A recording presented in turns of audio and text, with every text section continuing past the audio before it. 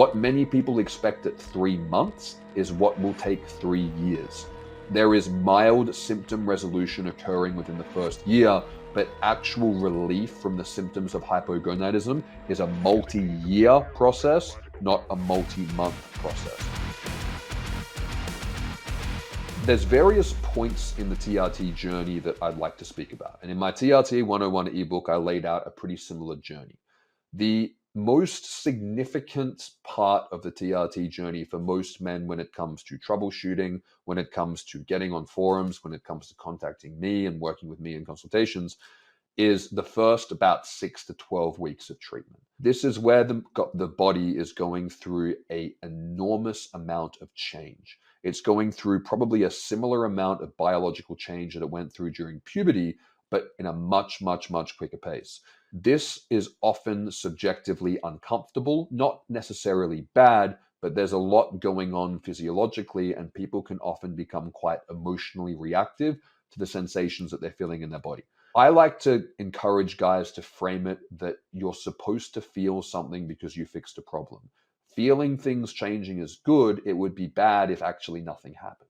A lot of the time during this period, men will find themselves overstimulated. They might have a bit of nipple sensitivity. They might have more energy. They might have difficult sleeping. That stuff is not ideal, but it is all stuff that is transient and will pass. So if the nipple sensitivity is becoming an issue, it's important that you maybe have an ultrasound to see if there's any gynecomastia pre-existing from before you started your treatment.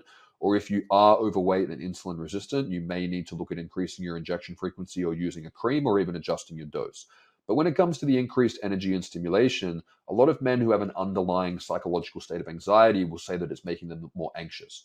I think if you reframe it that you're more stimulated or you're more activated and you use that energy for something productive, like going for a walk, listening to a podcast, if you can't sleep, you previously were too fatigued and had no energy. So it can be a state of simply just pushing through the changing sensations in the body and framing them and using them in a productive way.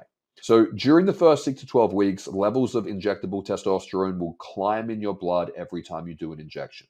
So each time you do your shot, it's like 2 steps forward, 1 step back, 2 steps forward, 1 step back.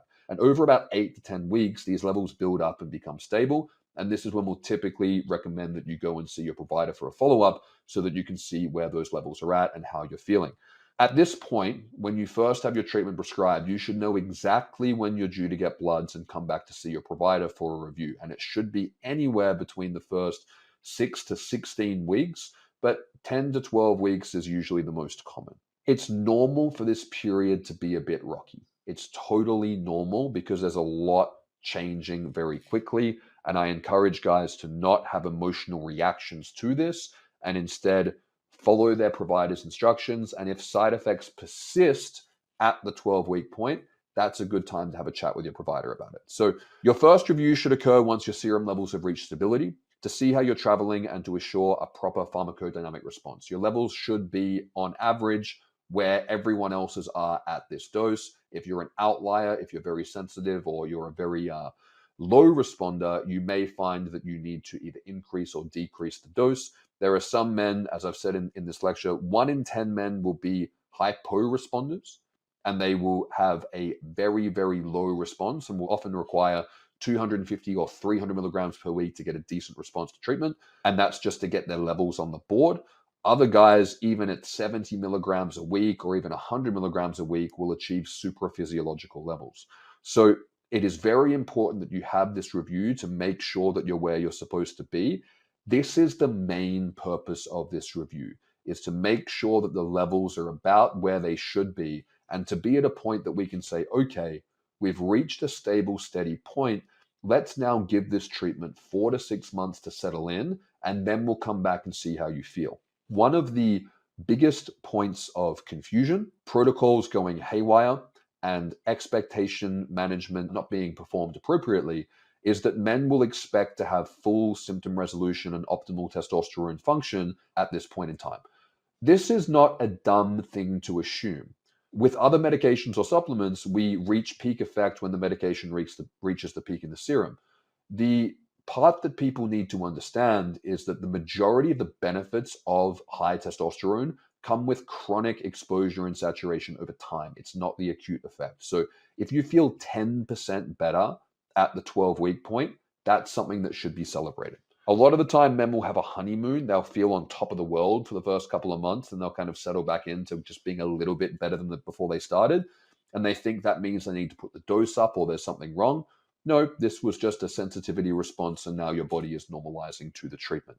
It takes months and years to get the desired outcomes from TRT, and it's only when the optimal serum levels are supporting an optimal diet and lifestyle, which can often take months and years to correct these poor habits. So, lab testing is very important. And I'm going to put a list up on the screen here of all the lab testing that I recommend that you get before starting TRT. Lab testing is not cheap in every country. In some countries, it's covered by insurance or public healthcare. In other countries, you'll need to get it privately. But skimping out on lab work from $100 or $200 to get a poor panel might mean that you get misdiagnosed. So it's very important that you have a comprehensive lab assessment before starting your hormone replacement therapy. Some providers may only check your androgen levels at your first review. This is not a red flag. So if you've had a comprehensive lab test before starting treatment, and then at the 8 to 12 week point, they're just checking your testosterone levels, this is okay because they will likely be planning to check your comprehensive labs at your next follow-up. Comprehensively, most things won't move outside of your testosterone levels for the first 8 to 12 weeks unless something is wrong. So it makes sense to save the patient some money that they are only looking at the testosterone levels at that first review and then reviewing everything comprehensively. Again, this list here again at about the 6-month point after starting treatment. This makes a lot of sense. It's important to have the exact blood test that your provider requests and prescribes at the intervals required. So if your provider says, I want you to get this lab test after this many weeks, it means get that lab test after that many weeks. It doesn't mean getting the few lab tests that sound similar or going through the list and picking off the ones that you think sound important and getting rid of the ones that you don't want to get, or going and seeing some GP to bulk bill them through the government's free healthcare system and you just get 20% of the labs and you blame the doctor, or you get them done after 6 months because you were too busy after 3 months and you couldn't be bothered. None of that crap should fly when you're optimizing your hormones. If you want to have optimal HRT outcomes, you need to follow instructions. It's important that you have a good provider, but it is equally important that you be a good patient. And in my experience, a lot of patients blame the provider for them being a poor patient and not following directions. So, what are the optimal TRT numbers? This is a very popular question. And I would say that my response to this is basically identical to what it was a few years ago in TRT 101.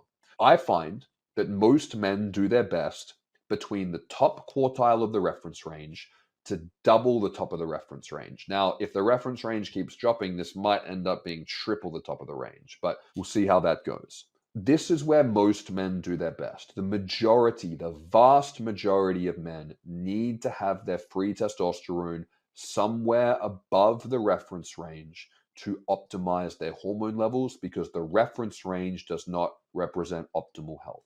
A red flag is a provider who will only bring your levels up to the top of the reference range but stay under that ceiling, even when your symptoms have not resolved. If you've just started TRT, it is completely normal to feel overwhelmed and confused. There's a lot of new territory to cover, and there is a lot of conflicting information. I wrote TRT 101 so that you can have everything that you need to know in an instruction manual in one place that you can refer back to, that you can have all the questions answered before they even come up. TRT 101 is my best practice approach for TRT from start to finish, and it contains everything that you need to avoid all the challenges and pitfalls that I've seen come up in my clients over the last 5 years. You can check it out via the link below.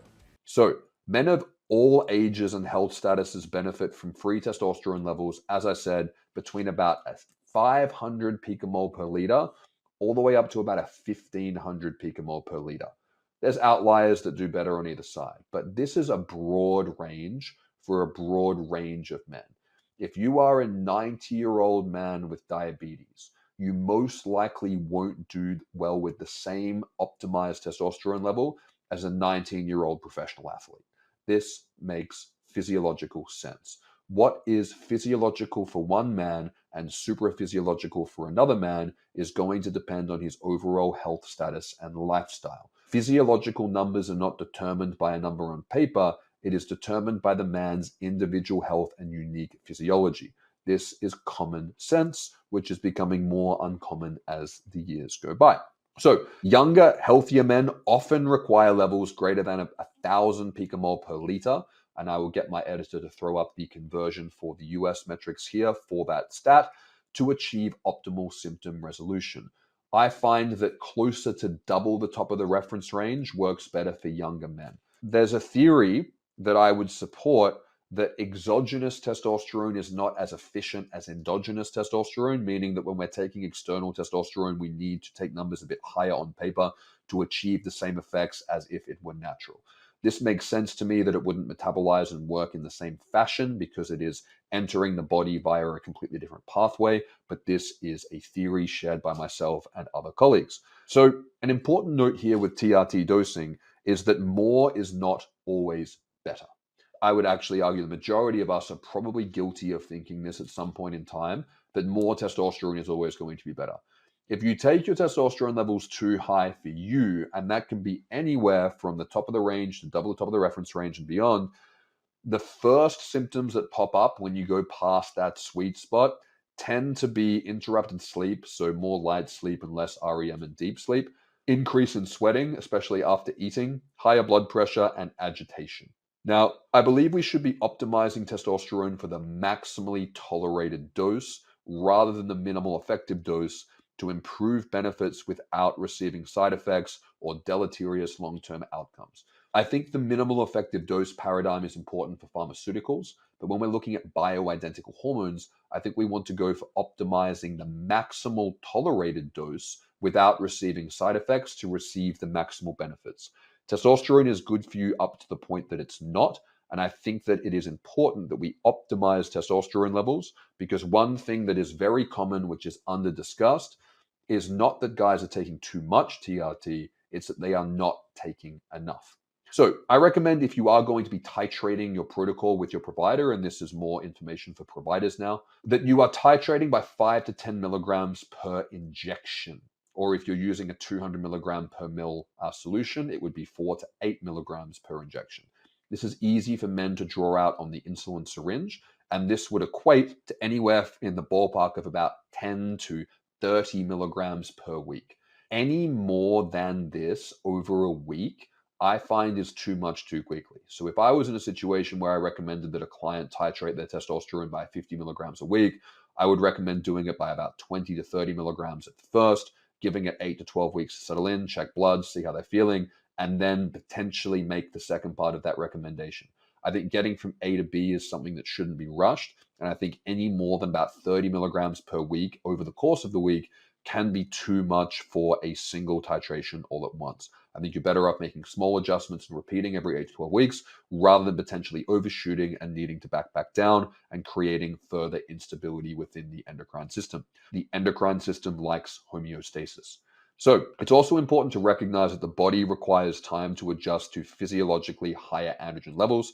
And I believe it's best to aim for levels, if we're going to look at a number on paper, again, for about anywhere from 500 to 1,000 picomole per liter to begin with, and then titrate up beyond that to find a symptom resolution for that individual. But again, there are always exceptions to the rule. So cream can also be titrated in single click intervals. And if it's not an even distribution, let's say a gentleman needs 3 or 5 or 7 clicks of cream per day, I think it makes more sense to put the extra click of cream in the morning because this would more align with the circadian rhythm. So I think it's important to look at a bit of a timeline here, and I'll throw the timeline up on the screen as well. So month 1, for some guys, will have a honeymoon period. Some guys will feel fantastic month 1, and they'll take 10 steps forward and then 9 steps back, and then they'll gradually start moving up from there. Other guys don't get a honeymoon period at all. So if you're 4 to 6 weeks into your treatment and go, I never got the honeymoon period, it's not that rare not to achieve this. At month 2 to 3, we should be looking at very mild symptom resolution at this stage. And as I said before, a lot of men think that they're going to have 80 to 100% of their symptoms resolved at this timeline. If you have 20%, you're lucky. At months 3 to 6, we'd expect mild to moderate symptom resolution. And from months 6 to 12, we would expect and hope for Moderate symptom resolution with improvement in sexual function beginning. Sexual function seems to be the area that starts to improve last, and many men don't get the improvement in sexual function until about the 6-month mark, where it will continue to manifest over many months and years. So if you're 4 to 5 months into your treatment and your sexual function still hasn't improved, this is actually very common, this is very normal, and this is actually nothing to worry about. At years 2 to 3, we're looking at continued improvement in symptom resolution and early symptom relief. And from years 3 onwards, we're looking at symptom relief and long-term improvements and benefits. What many people expect at 3 months is what will take 3 years. There is mild symptom resolution occurring within the first year, but actual relief from the symptoms of hypogonadism is a multi-year process, not a multi-month process.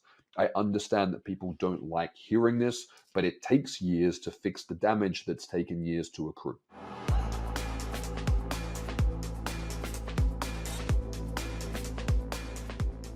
Okay, hello everyone, hope you're all doing well. Welcome to the TRT Masterclass. I have been wanting to make this video for years. I haven't gotten around to it, and now I finally have the time to sit down and make this for you. As you're watching this on YouTube, you will have worked out that this is a free masterclass. I am very passionate about making this information as accessible and as understandable as possible.